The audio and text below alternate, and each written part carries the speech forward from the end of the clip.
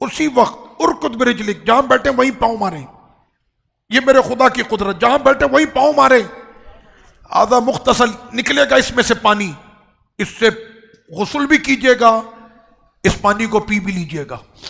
آپ نے اس پانی سے غسل کیا اور پانی پیا اور سارے مرض ختم، اور یونس حضرت ایوب علیہ السلام بالکل جوان، پھر دوبارہ عمر آپ کی واپس لوٹ آئی۔ بارد و شراب، ٹھنڈا پانی تھا وہ، اور وہ پیا بھی اور اس سے غسل بھی کیا۔ حضرت سیدنا ایوب علیہ السلام کا مزار میں نے 2 جگہ حاضری دی ہے، ایک عراق میں بغداد سے کربلا جاتے ہوئے راستے میں حضرت ایوب علیہ السلام کا مزار آتا ہے، بڑا شاندار بنا، وہاں پر وہ کنواں بھی ہے، کہا جاتا ہے یہی حضرت ایوب علیہ السلام کا وہ کنواں ہے، یہی وہ پانی ہے کہ جو آپ کے قدم کو مارنے سے نکلا تھا۔ اور میں نے ایوب علیہ السلام کے مزار شریف پر ایک اور جگہ حاضری دی، اس علاقے کا نام ہے نوا۔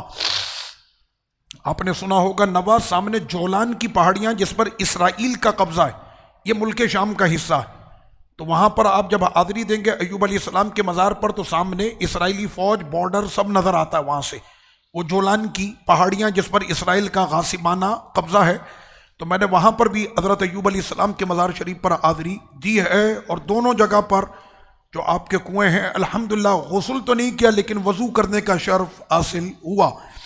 پھر رب کریم نے فرمایا ابلیس سے کہ اے ابلیس، کس چیز نے تم کو روک دیا تھا سجدہ کرنے سے حضرت آدم علیہ السلام کو؟ تم کو پتہ نہیں؟ ابلیس کو رب فرما رہا ہے لما خلقت بیدیا، اتنی پیاری چیز کو تو نے میرے حکم کے بعد بھی ٹھکرا دیا اور سجدہ نہ کیا۔ میں نے آدم کو اپنے ہاتھوں سے بنایا ہے، خلقت بیدیا، میں نے آدم کو اپنے ہاتھوں سے پیدا کیا ہے۔ استکبرتا، تو نے تکبر کیا، ام کنت من العالین، یا تو ہو گیا تھا بہت زیادہ سرکش، گھمنڈ اور غرور، اور اپنے آپ کو بہت زیادہ بڑا سمجھنے لگا۔ تو کہا قال انا خیر من، میں ان سے بہتر ہوں، مجھے تو نے آگ سے بنایا اور ان کو نار سے۔ سوال کرنے والے طالب علم نے پوچھا کہ نار کو کیسے جلائی، آگ کو کیسے جلائی؟ ہم مٹی کے ہیں، مٹی کو آگ میں ڈالو مٹی جلتی ہے، آگ کو آگ میں ڈالو تو وہ کیسے جلے گی؟ تو رب نے فرمایا ہمارا جو عذاب ہے وہ تو آگ کا ہے، تو یہ ابلیس بھی تو نار کا ہے، تو یہ نار کو کیسے جلائے؟ تو استاد بھی سمجھدار تھا، اس نے کہا کوئی مسئلہ نہیں، میں سمجھاتا ہوں۔ اس نے اپنے ہاتھ میں مٹی لی، اس میں تھوڑا سا پانی ڈال کر اس کا گارا مضبوط بنا لیا، گولا۔ شاگرد کو بولا ذرا دور جاؤ، وہ چلا گیا، کھینچ کے اس نے مٹی ماری، کہنا لگی کہ نہیں لگی؟ کہنا لگی۔ کہنا جب مٹی کو مار سکتی ہے تو آگ کو مارے گی۔ تو یہاں پر اس کے لیے پھر ہمیشہ کے لیے جہنم اور لعنت اس کی جو ہے وہ مقدر بنی، اور فرمایا رب نے اخرج انکا رجیم، نکل جا تو مردود ہو گیا، تجھ پر میری لعنت ہے قیامت تک۔ جانتے ہیں اس وقت میں ابلیس نے کیا کہا؟ آہا، میں کہہ نہیں رہا تھا رب کتنا کریم ہے، کہنے لگا ربی انظرنی الی یوم یبعثون، اے میرے مالک مجھ کو قیامت تک کی مہلت دے دے۔ اللہ کی نافرمانی کر کے باہر جا سکتا ہے؟ ہمارے یہاں تو کوئی کسی بڑے سرمایہ دار کی نافرمانی کر دے باہر تو نکل کے دکھائے۔ میں تو یہاں پر یہ بھی کہہ دیتا ہوں، کوئی بڑا پیر صاحب ہو نا، ذرا اس کے خلاف کوئی ایک لفظ بول کر تو دکھاؤ، اس کے مرید چھوڑیں گے نہیں پھر تم کو۔ تو میں بات کر رہا ہوں کائنات کے خالق و مالک کے سامنے جو نافرمانی کر کے جا رہا ہے، اور رب فرما رہا ہے تجھ پر میری لعنت، تو مردود ہے، نکل جا یہاں سے۔ تو جبریل امی تو اسی وقت اس کو چیر کے رکھ دیتے، وہاں پر تو اسرافیل، میکائیل، اسرائیل سارے موجود ہیں، فرشتوں کی پوری فوج موجود ہے، اس کا تو وہیں پہ قیمہ بنا دیا جاتا۔ اس نے فوری طور پر، اس کو پتا ہے نا باہر نکلوں گا تو خیریت نہیں ہے، تو اس نے فوری طور پر کیا کہا؟ اے میرے مالک مجھ کو قیامت تک کی مہلت دے دے۔ رب نے فرمایا جا تجھے قیامت تک کی مہلت دی۔ کیسا کریم مالک ہے کہ ابلیس نے مہلت مانگی، خدا نے اس کو بھی مہلت دے دی، جا تجھے مہلت دی، فَإِنَّكَ مِنَ الْمُنظَرِينَ، کہ تیرے لیے جو ہے وہ قیامت تک کی تجھے مہلت دے دی گئی، اِلَى يَوْمِ الْوَقْتِ الْمَعْلُومِ، وقت معلوم تک کی تجھے مہلت ہے۔ اس وقت میں ابلیس نے کیا کہا؟ قَالَ فَبِعِزَّتِكَ، آیت نمبر ہے 82، اے میرے رب تیری عزت کی قسم تیرے بندوں کو قیامت تک بہکاتا رہوں گا۔ قسم بھی کس کی کھائی؟ رب کی عزت کی۔ کہنا تیری عزت کی قسم قیامت تک تیرے بندوں کو میں گمراہ کرتا رہوں گا، لیکن جو تیرے مخلص بندے ہوں گے ان پر میرا وار نہیں چلے گا۔ اسی لیے میں ابھی دعا میں یہی الفاظ کہہ رہا تھا کہ اے میرے مالک ہمیں اپنے مخلص بندوں میں شامل کر لے تاکہ ہمارا بیڑا بھی پار ہو جائے اور شیطان کے وار سے بھی ہم محفوظ رہے۔ تو رب کریم نے فرمایا، یہ سورۃ الزمر ہے، الا للہ الدین الخالص، دین خالص ہے، دین میں خالص ہو جاؤ، ملاوٹ نہیں ہے۔ یہاں پر خالص سے مراد خالص ہی ہے، یہ نہیں سمجھے کہ خالص سے مراد کچھ اور مانا ہے، یہاں پر خالص سے مراد ملاوٹ سے پاک ہے۔ تمہاری ہر چیز میں ملاوٹ ہے، دودھ میں، دہی میں، دوائی میں، ہر چیز میں، یہاں تک کہ وہ پیسٹ کھولو نا، ٹوتھ پیسٹ، اگر اس کو کھولو اس کو یوں دباتے رہو، وہ آدھا دب گیا، پتہ چلا آدھے میں ہوا بھری ہوئی تھی، تو وہ پیسٹ کے اندر بھی جو ہے وہ فراڈ ہے۔ یعنی فراڈ ہماری یہاں اتنی رگو پے کے اندر بس گیا کہ وہ آدھی ٹیوب بھرتا ہے اور آدھی میں ہوا بھر دیتا ہے۔ میں نے کہا کمپنی کے مالک کوئی ٹینشن نہیں لو، جتنی ہوا تم نے بھری ہے تم کو پھر ایسی ہوا بھری جائے گی نا، پھر کان پکڑ کے بھاگو گے کہ اے کاش کہ میں نے ہوا نہ بھری ہوتی۔ تو رب نے فرمایا دین میں خالص ہو جاؤ۔ تو انہوں نے کہا کہ ہم نے اللہ کے ساتھ یہ نکے نکے چھوٹے چھوٹے ہم نے اپنے بدھ بھی بنائے ہوئے ہیں، اتنا بڑا بنایا ہوا ہے، کوئی یوں والا ہے، کوئی سونڈ والا ہے، کوئی فلاں ہے۔ تو فرمائے کہ یہ سارے کیا بنائے ہوئے تم نے؟ کہنے لگے ان کے ذریعے سے ہم اللہ کا قرب حاصل کرتے ہیں۔ رب کریم نے فرمایا ما نعبد من اللہ لیقربونا الی اللہ زلفیٰ، ہم اللہ کا قرب حاصل کرنے کے لیے ان بتوں کو راضی کرتے ہیں، یہ خوش ہوتے تو اللہ خوش ہوتا ہے۔ تو رب کریم نے فرمایا لا یہدی من ہوا کاذب کفار، اس سے کوئی ہدایت نہیں، کذاب جھوٹے ہیں اور منکر ہیں۔ یہ بات تو ہم سب کو پتہ ہے، اتنا نکا اتنا کیا، میں نے کہا پورے آسمان تک کا بھی بنا دو تو وہ ابراہیم علیہ السلام کے کلاڑے سے نہیں بچ سکا، اور محمود غزنوی کی تلوار سے بھی نہیں بچ سکا، اور انشاءاللہ جب بھی مسلمانوں کا دور آئے گا اور حضرت عیسیٰ علیہ السلام پھر زمانے کے جتنے بھی بت ہیں تلوار سے پھر دوبارہ توڑ دیے جائیں گے، اور پوری دنیا میں لا الہ الا اللہ محمد الرسول اللہ کا دور ہوگا، وہ وقت پھر آئے گا۔ تو رب کریم نے یہ فرمایا۔ یہاں پر میں ایک بات آپ کو سمجھانا چاہتا ہوں، بے وقوف اس آیت سے استدلال کرتے ہوئے یہ کہتے ہیں، میں ان کو بے وقوف ہی کہتا ہوں، کہ جو اپنی عقل یہاں پر دوڑاتے ہیں، وہ کہنے لگے کہ ہم ان کی عبادت اس لیے کرتے ہیں، یہ چھوٹے چھوٹے جو بنائے ہوئے نا، اس کی عبادت اس لیے کرتے ہیں تاکہ ان کے ذریعے سے اللہ کا قرب حاصل ہو۔ کہنے یہی کام تو تم بھی کرتے ہو، داتا صاحب بیٹھے ہوئے ہو، خواجہ صاحب بیٹھے ہوئے ہو، غوث پاک بیٹھے ہوئے ہو، اور جا کر تم یہ کہتے ہو کہ ہم اللہ کے ان بندوں کو اور ان کے دربار میں آتے ہیں، ان سے وسیلہ لیتے ہیں تاکہ خدا راضی ہو جائے۔ میں نے کہا زمین آسمان کا فرق ہے، بلکہ اس سے بھی بڑا فرق کر لیں۔ وہ اتنے بتوں کو کیا کہتے تھے؟ یہ ہمارے معبود ہیں۔ کسی مسلمان نے یہ کہا کہ عبد القادر جیلانی کی ہم عبادت کرتے ہیں، علی حجویری کی عبادت کرتے ہیں، غریب نواز کی عبادت کرتے ہیں؟ نہیں۔ دوسرا مسئلہ، یہ بت ہے وہ ولی ہے۔ اے جبریل میں فلاں سے محبت کرتا ہوں، تم بھی اس سے محبت کرو۔ آسمان والوں کو بولو وہ بھی اس سے محبت کریں، زمین پر اعلان کرو وہ بھی اس سے محبت کرے، سمندر کی مچھلیوں کو آرڈر کرو کہ وہ بھی عبد القادر جیلانی سے محبت کرے۔ اللہ ان کی محبتوں کو دلوں میں ڈالتا ہے۔ تم نے کہا بتوں کو جا کر آپ نے ملا دیا، کہنے یہ بھی مٹی کا ہے، وہ قبر بھی مٹی کی ہے، یہ بھی پتھر وہ بھی پتھر۔ میں نے کہا جو بولے اس کی عقل پہ پتھر۔ جس حرم میں جاتے ہو اس حرم کا فرش بھی پتھر، اس کے ستون بھی پتھر، مقام ابراہیم بھی پتھر، کعبے کی دیواریں بھی پتھر، کعبے کی چھت بھی پتھر، جبل رحمت بھی پتھر، عرفات بھی پتھر، مزدلفہ بھی پتھر، سارا پتھر ہی پتھر ہے۔ لیکن انہی پتھروں کے مابین ایک ایسا بھی پتھر کہ بغیر اس کو چومے تمہاری عبادت شروع نہیں ہوتی۔ سارے پتھروں کے بیچ میں وہ پتھر ہے کہ نہیں؟ بغیر اس کو چومے تمہاری عبادت شروع ہوتی ہے کہ نہیں؟ وہ بندہ طواف کرتے کرتے نا مقام ابراہیم کو ایسے چھوتا ہے، ساتھ ہے نا مقام ابراہیم، جیسے چھوئے نا وہاں سے لا شرک شرک۔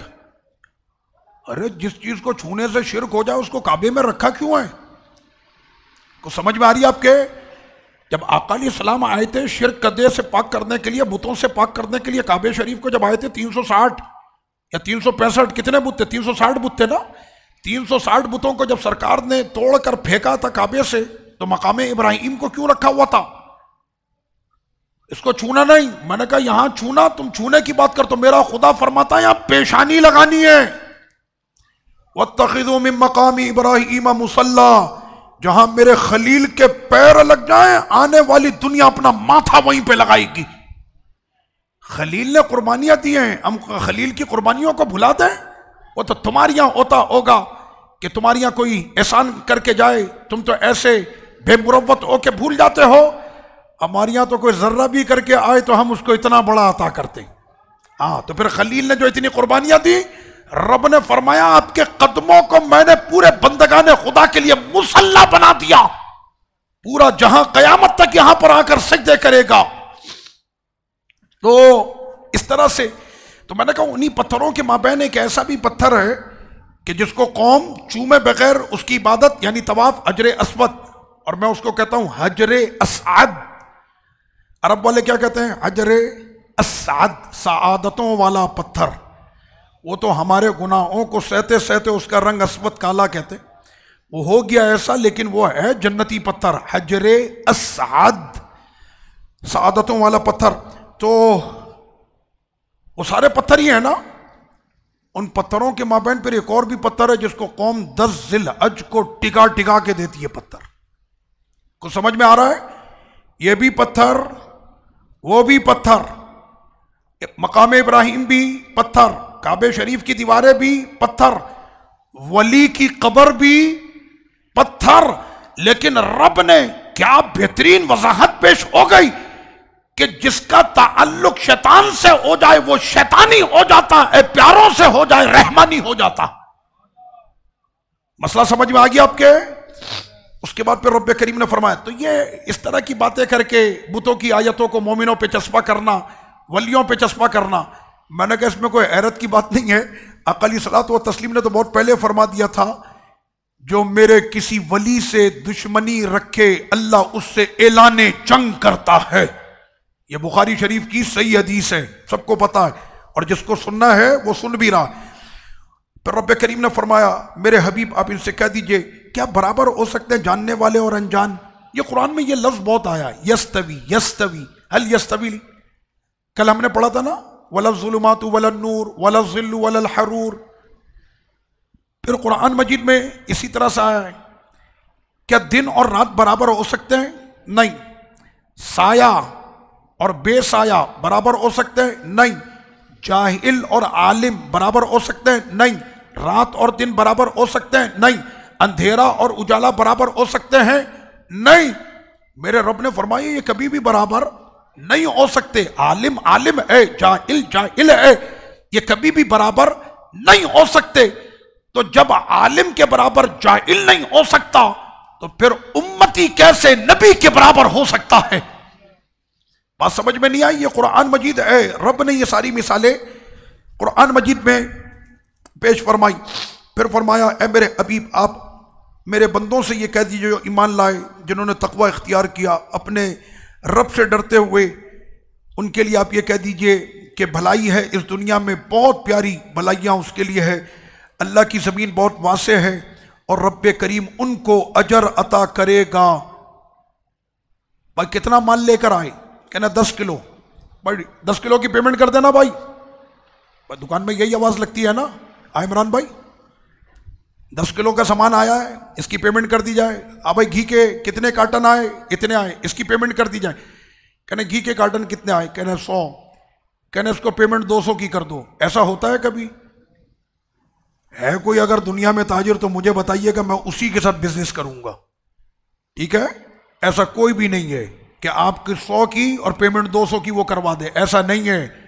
میرے رب نے فرمایا بازار مصطفیٰ میں آ کر سودا کرنا یہ تجارت ہماری یہاں ہوتی ہے. انما یوفی الصابرون اجرہم بغیر حساب. اور جنہوں نے دنیا کی تکلیف پر صبر کے ساتھ زندگی گزار دی ہم ان کو بے حساب عطا کر دیں گے. یہ کائنات میں صرف ایک دربار ہے، وہ میرے رب کا دربار ہے کہ جہاں پر بے حساب عطا کیا جاتا ہے. کن کے لیے؟ اے میرے حبیب آپ کہہ دیجئے کہ اللہ نے مجھ کو حکم دیا کہ میں اللہ کا بندہ بنوں. کون سا؟ مخلص لہ الدین، اس کے دین کے لیے میں مخلص ہو جاؤں۔ تو رب کریم نے یہ فرما دیا، اور میں نے ایک آیت آپ کو اس ٹائم پر پڑھی تھی، آیت نمبر 18 ہے، بے شک وہ لوگ کہ جنہوں نے اللہ کے فرمان کو سنا اور بہترین طریقے سے پھر اس پر انہوں نے عمل کیا، یہی وہ لوگ ہیں کہ جن کو اللہ کی طرف سے ہدایت ہے، اور یہی وہ لوگ ہیں کہ جنہیں اللہ نے علم کے لیے چن لیا ہے۔ یہ چنے ہوئے لوگ ہیں جو اس وقت قرآن کا علم حاصل کر رہے ہیں۔ رمضان شریف کا ایک مہینہ جو میں نے ابھی کہا تھا کہ ہم یہ سمجھتے ہیں کہ جناب ہم نے رمضان شریف کا ایک مہینہ، صرف وہ مہینے کے اندر بھی شروع کے 5 دن کے بعد پہلے صفحے یوں بڑھتے ہوئے جاتی، پہلے اور دوسرے دن یہ صفحے بڑھتے ہوئے گئی، ٹھیک ہے، اس کے 5 دن گزرنے کا پھر صفحے یوں ایسے کر کر کے گھٹنا شروع ہو جاتی۔ پہلے دن تھی 14 صفحے، پھر 4 دن کے بعد رہ گئی 13، اس کے بعد پھر 12، ابھی کا مجھے نہیں پتا کتنی صفحے اس وقت موجود ہیں۔ پھر رمضان شریف کا اینڈ جب چل رہا ہوگا تو اس ٹائم پر بھی ٹیمیں کچھ پہنچ جائیں گی کہ ہم نے خدا کو راضی کرنا ہے۔ ایسا لگ رہا ہے کہ خدا صرف مسجد میں دیکھ رہا ہے، معاذ اللہ۔ پورا قرآن اسی سے بھرا ہوا ہے، علیم خبیر، علیم حکیم، حکیم علیم، خبیر بما تعملون، یعلم ما تصنعون، سب کا معنی تقریباً ملتا جلتا ہے۔ وہ جانتا ہے جو تم کرتے ہو، وہ جانتا ہے جو تم نے کیا، وہ جانتا ہے جو تم نے چھپ کے کیا، وہ جانتا ہے جو تم نے اعلانیہ کیا، وہ سب کچھ جانتا۔ تم اگر ہوشیار بن کر یہ دکھانا چاہو کہ میں بہت ہوشیار ہوں، میں آ گیا تھا شروع میں، پھر میں آ گیا آخر میں، شروع میں آ گیا پھر میں آخر میں بھی آ گیا۔ ہاں، یہ محفل کے اندر بھی بہت سارے لوگ ہوتے ہیں نا، شروع میں آئے، چہرہ دکھا، لمحہ صاحب میں آیا، وہ ٹھیک ہے، اس کا غائب، اینڈ ہو رہا ہے جب میں نکلنا پھر آ گیا۔ تو میں صرف سمجھانے کے لیے مثال دیتا ہوں، ایسا ہے نہیں۔ تو رب کریم نے فرمایا کہ یہ 11 مہینے تم نے عبادت کی اور کرنی پڑے گی، رب کا فرمان سنا، بہترین طریقے سے عمل کیا، 11 مہینے۔ رمضان پیکج کے اندر تیار رہنا، اس دفعہ ہو سکتا ہے کہ لاٹری تمہاری لگ جائے اور تمہاری نجات ہو جائے۔ ہرگز اس کا یہ مطلب نہیں ہے کہ صرف 1 مہینہ آئے اور جنت لے جائے، ایسا کوئی قاعدہ نہیں ہے۔ اگر کوئی خوش فہمی میں بیٹھا ہوا ہے کہ میں صرف 1 مہینہ آ کے نماز پڑھوں گا، اس میں بھی 5 دن شروع کے اور آخر کے 5 دن، اور اس کے بعد جنت میری پکی ہو گئی، ایسا کوئی فارمولہ نہیں ہے۔ اگر کسی نے آپ کو خوش کرنے کے لیے بھی کہا ہے تو اس کو آپ کہیں کہ پہلے تو خود جنت میں چلا جا پھر مجھ کو لے لینا، ایسا کوئی قاعدہ نہیں۔ 11 مہینے آپ نے اپنے رب کو راضی کیا بہترین طریقے سے، فَيَتَّبِعُونَ أَحْسَنَ، فرمان الہی سنتے رہے، اس کے مطابق چلتے رہے۔ رمضان تمہارے لیے بونس کا مہینہ ہے کہ اس مہینے میں لگ گئی اگر لاٹری تو تمہارا رب تم سے راضی ہو جائے گا۔ اس میں 99% چانس ہے رمضان میں ان لوگوں کے لیے کہ جنہوں نے 11 مہینے اپنے خدا کو راضی کرنے کی کوشش کی ہے، 99% ان کے لیے یہی چانس ہے کہ آخری رات میں رب کریم فرماتا ہے کہ آج شوال شروع ہو رہا ہے، جائزے کی رات آ گئی، انعام لینے والوں پھیلاؤ اپنی جھولیاں اور مانگو اپنے رب سے، کیونکہ تم سے تمہارا رب راضی ہو گیا۔ ہاں، اس ٹائم پر وہ انعام بٹ رہے ہوتے ہیں، اور خوش نصیب ہوتا ہے کہ جو اس وقت بھی اپنے گھر میں ہو کے مسجد میں اپنے مصلے کو بچھا کر وہ اپنے رب سے مانگ رہا ہوتا، میرے مالک میں نے رمضان میں جتنی کوشش کی، جتنی محنت کی، جتنی عبادت کی، تجھ کو راضی کرنے کے لیے مالک اپنی شان کے مطابق انعام عطا کر دے۔ اور بے وقوف ہوگا وہ انسان کہ اس جائزے کی رات میں جو عید کی رات ہے کہ وہ جا کر ہیئر سلون پر بیٹھا ہوا ہے کہ 2 گھنٹے کے بعد اس کی باری آئے گی۔ میں کہتا ہوں زمانے کا بے وقوف انسان کہ جس نے انعام کی گھڑی چھوڑ دی اور پوری رات اس نے وہاں پر گزار دی۔ اللہ پاک ہم سب کو سمجھ عطا فرمائے۔ صلاۃ و سلام۔ یا نبی سلام علیکہ، یا رسول سلام علیکہ، یا حبیب سلام علیکہ، صلوات اللہ علیکہ، طلع البدر علینا من ثنیۃ الوداع، وجب شكره علينا ما دعا لله داعي يا حبيبي يا رسول الله يا نبي سلام عليك يا رسول سلام عليك يا حبيب سلام عليك صلوات اللہ علیک پوری یا رب یہ دعا کر ہم در مولا پہ جا کر پہلے کچھ نعتیں سنا کر یہ پڑھیں سر کو جھکا کر یا حبیبی یا رسول اللہ یا نبی سلام علیک یا رسول سلام علیک یا حبیب سلام علیک صلوات اللہ علیک الصلاة والسلام علیک یا رسول اللہ الصلاة والسلام علیک یا حبیب اللہ وعلى آلک واصحابک اجمعین اللہم صلی علی سیدنا و نبینا و مولانا محمد وبارک وسلم وصلی علیہ۔ اے میرے مالک ہم سب کو اخلاص عطا فرما، ہمیں اپنا مخلص بندہ بنا لے، فرمان الہی تیرے سنتے رہے اور ہمیشہ ساری زندگی اسی کے مطابق عمل کی توفیق عطا فرما، فتنوں سے ہمیں بچا لے، اپنا ہمیں بنا لے، تو بھی ہم سے راضی ہو، اپنے حبیب کو بھی ہم سے راضی کر دے، ایسا اخلاص کے ساتھ عمل کی ہمیں توفیق عطا کر دے۔ اس دعا کو آج کی اس برکت والی رات میں نماز تراویح، درس قرآن کے بعد مالک ان تمام آیتوں کے صدقے صاحب قرآن کے جمال کے صدقے ہماری دعاؤں کو قبول فرما۔ وصلی اللہ وسلم علی سیدنا محمد وعلی آلہ وصحبہ اجمعین برحمتک یا